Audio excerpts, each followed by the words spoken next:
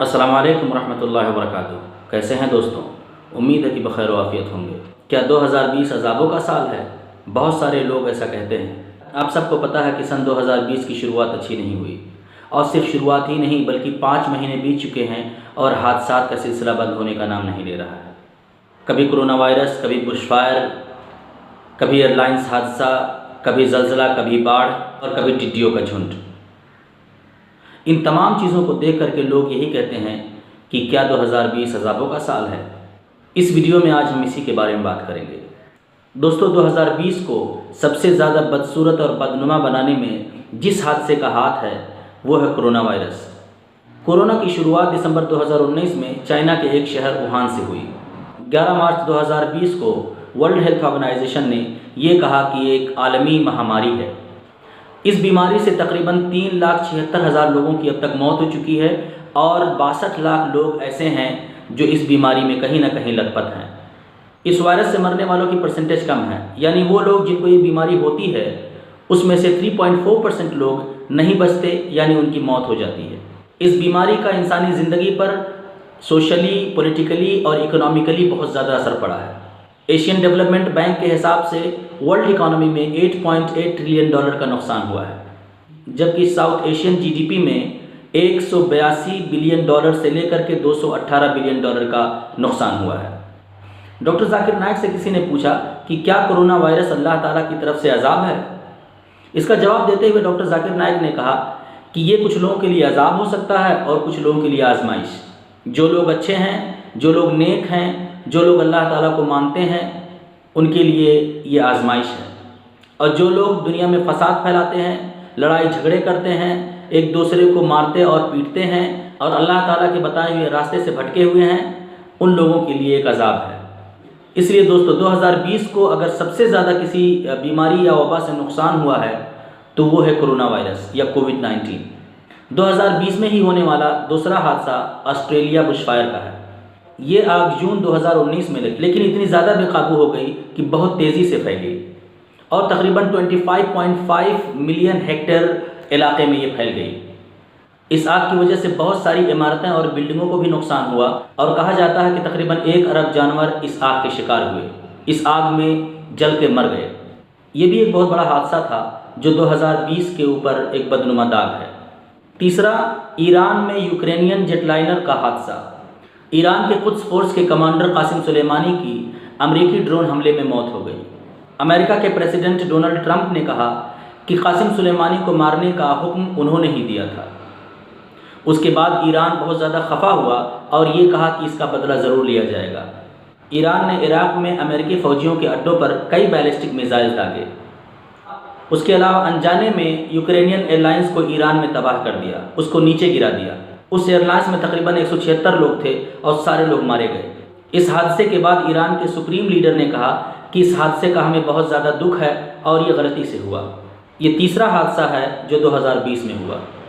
चौथा हादसा इंडोनेशिया में सैलाब का है। 1 जनवरी 2020 को इंडोनेशिया के कैपिटल जकार्ता में बहुत तेज़ बारिश हुई। इतनी तेज़ बारिश हुई कि बाढ़ आ गया और बहुत सारे मोहल्लों में पानी भर गया। इस बाढ़ में तकरीबन 66 लोगों की मौत हो गई और 4 लाख लोग बेघर हो गए। इस बाढ़ की वजह से ऑफिसेज, स्कूल्स और ट्रांसपोर्ट को भी बंद करना पड़ा। ये चौथा हादसा था जो 2020 में हुआ। पांचवा हादसा दिल्ली में कम्युनल राइट्स का है। आप सबको पता होगा कि जब से बीजेपी पावर में आई है, या तो शहरों का नाम बदल रही है या कुछ उल्टे पलटे कानून लेके आ रही है। दोस्तों, दिल्ली के इस फसाद में तकरीबन 53 लोगों की मौत हो गई और कई लोग जख्मी हो गए। और ये फसाद करवाने वाले कोई और नहीं बल्कि वो लोग हैं जो पावर में हैं। ये फसाद कोई स्पॉन्टेनियस फसाद नहीं था, बल्कि इसको जानबूझ करके ये फसाद कराया गया। 2 गिरोहों को लड़ाया गया और इसमें सबसे ज़्यादा नुकसान मुसलमानों का होगा।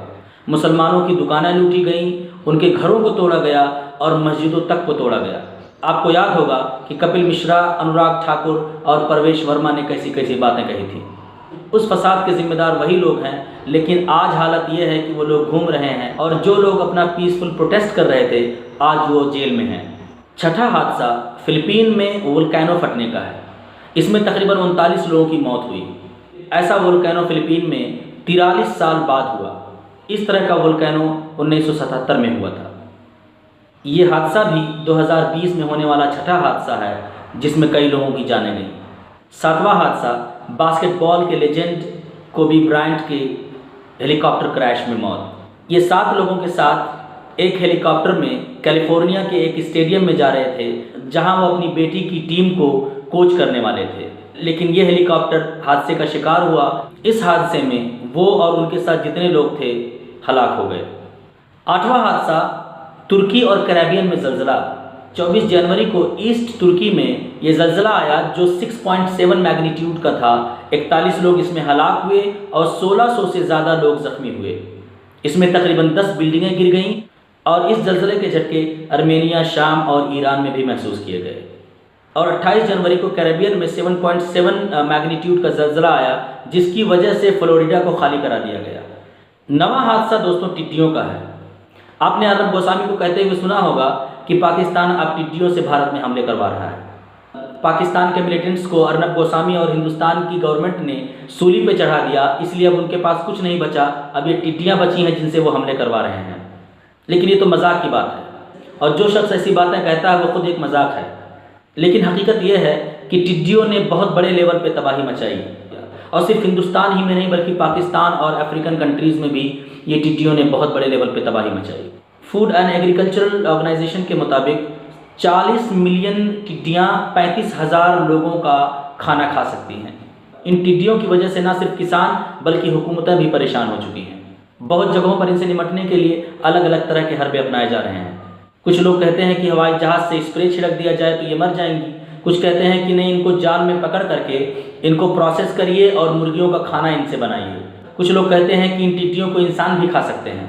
पाकिस्तान गवर्नमेंट ने ये कहा है कि इन टिड्डियों को किसान पकड़ के लाएं और उनके बदले में उन्हें पैसा मिलेगा। और पाकिस्तान में किसान लोग ये करना शुरू भी कर दिए हैं। वो पकड़ के लेके जाते हैं और इसके बदले में उनको पैसा मिलता है। इन इंसिडेंट्स के अलावा बहुत सारे इंसिडेंट्स हैं जो 2020 के नाम हैं, जैसे कि नाइजीरिया के शहर लागोस में गैस प्लांट में धमाका। इसमें 15 लोग हलाक हुए और 50 से ज़्यादा लोग जख्मी हुए। और 7 मई को विशाखापट्टनम में पॉलीमर गैस के लीक होने की वजह से भी 12 लोग का इंतकाल हुआ और कई लोग जख्मी हुए। इसके अलावा 2 तूफ़ानों ने भी बहुत बड़े लेवल पर तबाही मचाई। एक तूफ़ान अम्फान, दूसरा निसर्गा। अम्फान में तकरीबन 84 लोगों की मौत हुई और निसर्गा में तकरीबन 4 लोगों की मौत बताई जा रही है। अम्फान ने हिंदुस्तान और बांग्लादेश में बहुत बड़े लेवल पर तबाही मचाई। हिंदुस्तान के कोलकाता और उड़ीसा के इलाके में बहुत बड़े लेवल पर तबाही आई और इन टिड्डियों के झुंड की वजह भी यही बताई जा रही है कि अम्फान ने इन लोगों के रुख को हिंदुस्तान और पाकिस्तान की तरफ मोड़ दिया। निसर्गा जो है ये महाराष्ट्र में आया और पालघर का इलाका जो है पूरा इसको अपने घेरे में लिया। बहुत सारे हॉस्पिटल्स को खाली किया गया और क्वारंटाइन में जो मरीज़ थे उनको दूसरी जगह शिफ्ट किया गया। उसके अलावा कश्मीर में बर्फ़ का जो एक बहुत बड़ा तोदा या पहाड़ कह सकते हैं वो घरों पे आके गिर गया और इसमें तकरीबन 100 लोग हलाक हो गए। आखिरी हादसा जो हमारी लिस्ट में है, हालांकि ये आखिरी नहीं है, इसके अलावा भी बहुत सारे हादसा हुए हैं। जॉर्ज फ्लॉयड की मौत। अमेरिका में रेसिज्म कोई नई बात नहीं है, ये बहुत पुरानी बात है और कई लोगों की इसमें मौत हो चुकी है। जॉर्ज फ्लॉयड की भी मौत रेसिज्म की वजह से हुई, ना कि वो किसी गुनाह के मुजरिम थे। उसके बाद ना सिर्फ अमेरिका में बल्कि पूरी दुनिया में एहतजाज हो रहा है और प्रोटेस्ट हो रहा है। हर कोई चाहता है कि जॉर्ज फ्लॉयड को इंसाफ मिले और मुजरिम को उसकी सज़ा मिले। लेकिन क्या जॉर्ज फ्लॉयड ही हैं जिनको बेकसूर होने की वजह से मार दिया गया है? ऐसा नहीं है। आप देखेंगे फ़लस्तीन में और गाज़ा स्ट्रिप में रोज़ाना इस्राएली फ़ौजें फ़लस्तीनियों को मारती रहती हैं, बच्चों को शूट करती हैं, औरतों को शूट करती हैं। अभी जल्द ही एक लड़के को जिसका नाम अयाब था और वो ऑटिज़म से सफ़र कर रहा था, वो स्कूल में पढ़ता था, उसको इस शक में कि उसके जेब में हथियार है उसको शूट कर दिया। उसके टीचर ने बताया कि बहुत अच्छा लड़का था, वो पढ़ना चाहता था, वो स्कूल से प्यार करता था, उसने अपनी जेब में हाथ डाला था मोबाइल निकालने के लिए। लेकिन इसकी बात पूरी दुनिया में कोई नहीं कर रहा है। दोस्तों, ये रहे कुछ हादसा जो 2020 में होते आए हैं। इसीलिए बहुत सारे लोग कहते हैं कि 2020 की शुरुआत जिस तरह अच्छी नहीं रही, कहीं ऐसा ना हो कि पूरा साल इसी तरह कट जाए, पूरा साल हादसों का शिकार हो जाए।